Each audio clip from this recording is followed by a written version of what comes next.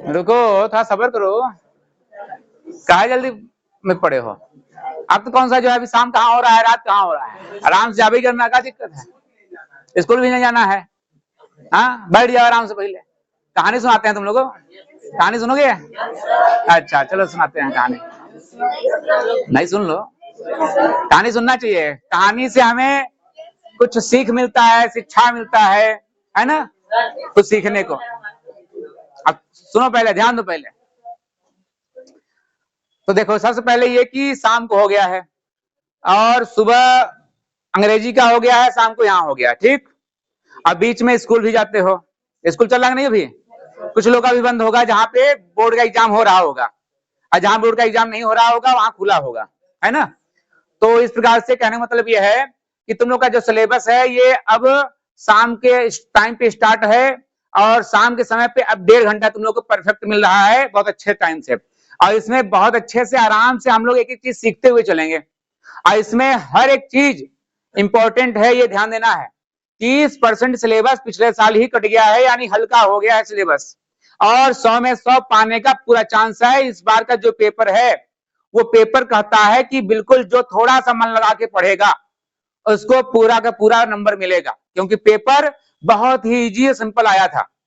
फिर भी जो नहीं अगर मेहनत करके पढ़ा होगा, या जो थोड़ा सा भी ईमानदारी से नहीं पढ़ा होगा, वो नहीं कर पाएगा। सरल पेपर हो चाहे जैसा भी हो, लेकिन यहाँ पे यही ध्यान देना है कि पेपर एकदम सरल आ रहा है। अब बिल्कुल ऐसे ही पेपर, अब हम पहले ही बता चुके थे कि उन लोगों को, यानी बोर्ड की परीक्षा देने से पहले हम बता चुके थे कि पेपर बहुत ही सिंपल आएगा, इजी आएगा। और लास्ट पीरियड में यानी 1-1.5 महीने में जो हमने अंसाल के साथ बताया, अंसाल में जो पिछले साल के पेपर थे, और इसके साथ साथ जो चैप्टर बाकी थे लास्ट में हमने बचा के रखा था इंपॉर्टेंट वाले, उसमें से यानी बहुत अच्छे नंबर के क्वेश्चन आए हुए हैं, और वही सेम क्वेश्चन आए। और तुम लोग को दिखाई थे कि एक क्वेश्चन वही पहले चैप्टर से भी एकदम सेम वही चीज आ गया, है ना। बल्कि 2 टाइप का लसा वाला भी आया था, एक 2 सवाल बिल्कुल सेम जो तुम लोग कराए थे, और वहां पे उन लोग तो कई सवाल कराए थे हर चैप्टर से मिला के अंसाल के द्वारा।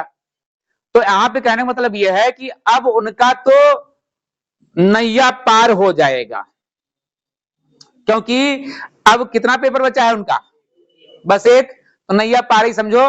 अब जो भी हुआ है सब अच्छा हुआ है, अब एक बच्चा है वो भी अच्छा ही होगा, कोई दिक्कत नहीं है। अब देखना है कि रिजल्ट में कौन कितना नंबर बनाता है। अब पिछले साल का रिकॉर्ड तोड़ते हैं कि नहीं तोड़ पाते हैं, वो तो अब रिजल्ट निकलने पे मालूम चलेगा। लेकिन अब ये ध्यान दो कि अब तुम लोग का अगला पारी शुरू हो गया है, यानी अब अगले साल का जो अगला पारी है तुम लोग का बोर्ड का एग्जाम का, अब शुरू हो गया है। अब इसमें यही ध्यान देना है कि नियमित पढ़ाई। देखो, हमने ये कहा है कि कुछ भी करो, तुम खेलो, तुम एंजॉय करो, अपना न्योता भी खाने चले जाओ, कोनो दिक्कत नहीं है, रिश्तेदारी भी निभा लो, एक आध दो जगह चले जाओ, लेकिन जैसे सब काम करते हो उसी प्रकार से पढ़ाई को भी अपने एक महत्वपूर्ण स्थान दो। पढ़ाई को महत्वपूर्ण स्थान नहीं दोगे तो बेकार हो जाओगे, क्योंकि पढ़ाई ही एक ऐसा चीज है जो तुम्हें बनाएगा, जो तुम्हारा भविष्य, तुम्हारा फ्यूचर जो है वो संवारेगा। इसलिए पढ़ाई अपना है, पढ़ाई को बगल रखकर, पढ़ाई को अवॉइड करके कोई काम अच्छा नहीं होता है। काम सब करो, हम ये नहीं कहते हैं खेलो मत, हम ये नहीं कहते हैं कि एंजॉय मत करो, रिश्तेदारी मत जाओ, न्योता मत खाने जाओ, कुछ मत करो, हम ये नहीं कहते हैं। लेकिन अपना सब कुछ करते हुए पढ़ाई भी ध्यान दो। पढ़ाई को भी एक समय, एक टाइम टेबल बना के रखो। बिना समय सारणी के यानी बिना नियम के हम पढ़ाई नहीं कर सकते हैं, क्योंकि सारे काम हम आगे पीछे कर सकते हैं, उसमें कोई दिक्कत नहीं है। हम 1 घंटे थोड़ा पहले या बाद में उठ सकते हैं, चल जाएगा। हम अगर 1 घंटे आगे पीछे स्नान कर लें तब भी चल जाएगा, चलो, ज्यादा अंतर रहेगा तो नहीं चल पाएगा। लेकिन अगर यहाँ पे पढ़ाई, अगर ज्यादा अंतर, या हम पढ़ाई कभी करें कभी न करें, तब उससे काफी ज्यादा दिक्कत यह होगा कि जो पढ़ाई तुम्हारा है वो अस्त व्यस्त हो जाएगा। और पढ़ाई तुम्हारा जब अस्त व्यस्त हो जाएगा तो वो कितना भी सरल पेपर आए या कितना भी सरल पढ़ाई हो और कितना भी अच्छा पढ़ाया जाए कोचिंग में या स्कूल में, वो पढ़ाई तुम्हारे ऊपर से जाएगा, वो आउट हो जाएगा, वो बाउंस जाएगा और पढ़ाई ठीक से नहीं कर पाओगे। इसलिए नियमित पढ़ाई यानी रेगुलर क्लास में बने रहना, यानी कहीं भी जाओ उसकी दिक्कत नहीं है, लेकिन क्लास में रेगुलर रहो कि कम से कम एब्सेंट हो, पहली चीज। और दूसरी चीज कि डेली डेली घर पे जरूर पढ़ो, डेली डेली यहाँ आना है रेगुलर, और डेली उसी चीज को घर पे रिपीट कर लो डेली प्रोसेस में, और उसको अच्छे से तैयार करते हुए जैसे ही टेस्ट हो, टेस्ट में अपना बेस्ट से बेस्ट यानी अच्छे से अच्छा लिखो और अच्छा नंबर पाने की कोशिश करो। जब इस प्रकार से तुम वीकली हर दिन चलते रहोगे, यानी प्रतिदिन और वीकली तरीके से चलते रहोगे टेस्ट देते हुए, तो तुम्हारा पढ़ाई एकदम अच्छे से तैयार होता जाएगा, कोई प्रेशर नहीं होगा तुम्हारे दिमाग पे। तुम्हें ये कभी सोचना नहीं पड़ेगा हमें इतना पढ़ना है, हमारा इतना हो गया, कैसे याद करेंगे, यानी वो देखते ही देखते सब तैयार हो जाएगा। इसलिए पढ़ाई को अपने एक स्थान पर रखो और टाइम टेबल बना लो, और उस टाइम टेबल के अनुसार डेली प्रतिदिन जो पढ़ाया जाए, ज्यादा नहीं पढ़ो, जो पढ़ाया जाए उतना ही पढ़ो, उतना ही पढ़ के अपना फिर उसको उस प्रकार से आगे बढ़ाते चलो, टेस्ट में अच्छा नंबर लाते चलो, एकदम हर चीज तैयार होता जाएगा। क्योंकि थोड़ा थोड़ा जब यहाँ पे पढ़ोगे तो हर चीज तैयार होता जाएगा, बीच बीच में उसको रिपीट करते रहना। लेकिन अगर पढ़ाई को बंद करके और 2-4 दिन पढ़ाई नहीं किए और उसके बाद जो है तुम पढ़ने बैठोगे, जिस दिन टेस्ट होगा एक दिन पहले बैठोगे, तो 6 दिन का भी तुम्हारे लिए बहुत ज्यादा चीज होगा और तुम पढ़ नहीं पाओगे। इसलिए ये ध्यान देना है कि कुछ भी, हमारा कहना है कुछ भी तुम करो, लेकिन पढ़ाई को एक स्थान दो, एक महत्वपूर्ण स्थान, जिसमें तुम पढ़ाई करके आगे बढ़ सकते हो, ठीक है ना। इस प्रकार से ये जो पढ़ाई अब हो रहा है, ये हाई स्कूल का बोर्ड के पेपर के लिए हो रहा है। अब अगले साल तुम लोग को अच्छा नंबर पाना है, और अच्छा नंबर का मतलब है 95% के ऊपर।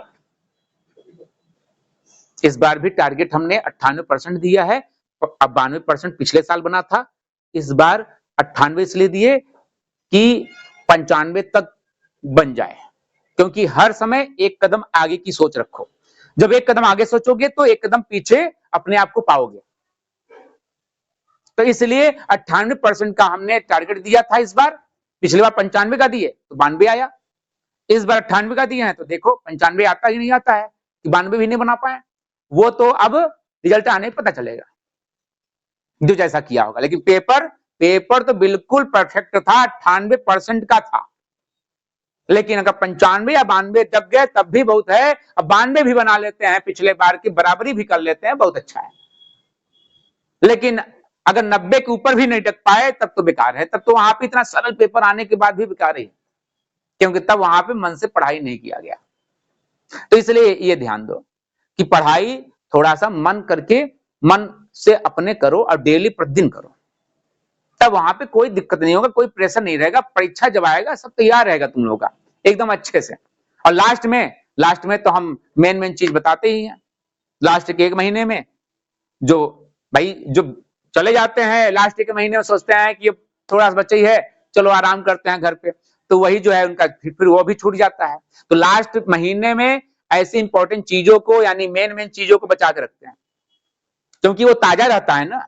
लास्ट में जो बताएंगे 1 महीने में वो ताजा रहेगा, वो जब बता के छोड़ेंगे परीक्षा में वही चीज आ जाएगा तो दिमाग में एकदम ताजा ताजा रहेगा, बढ़िया से लिख दोगे, तैयार रहेगा।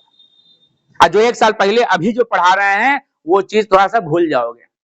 इसलिए जो मेन चीजें होती हैं वो बताते हैं, और जो पिछला ये पढ़ाए रहते हैं शुरू का वो भी रिवीजन करा देते हैं। तो इसलिए ये ध्यान देना है कि डेली प्रतिदिन अपना एक नियम बना लो, अपना एक टाइम टेबल बना लो, उस टाइम टेबल से पढ़ो।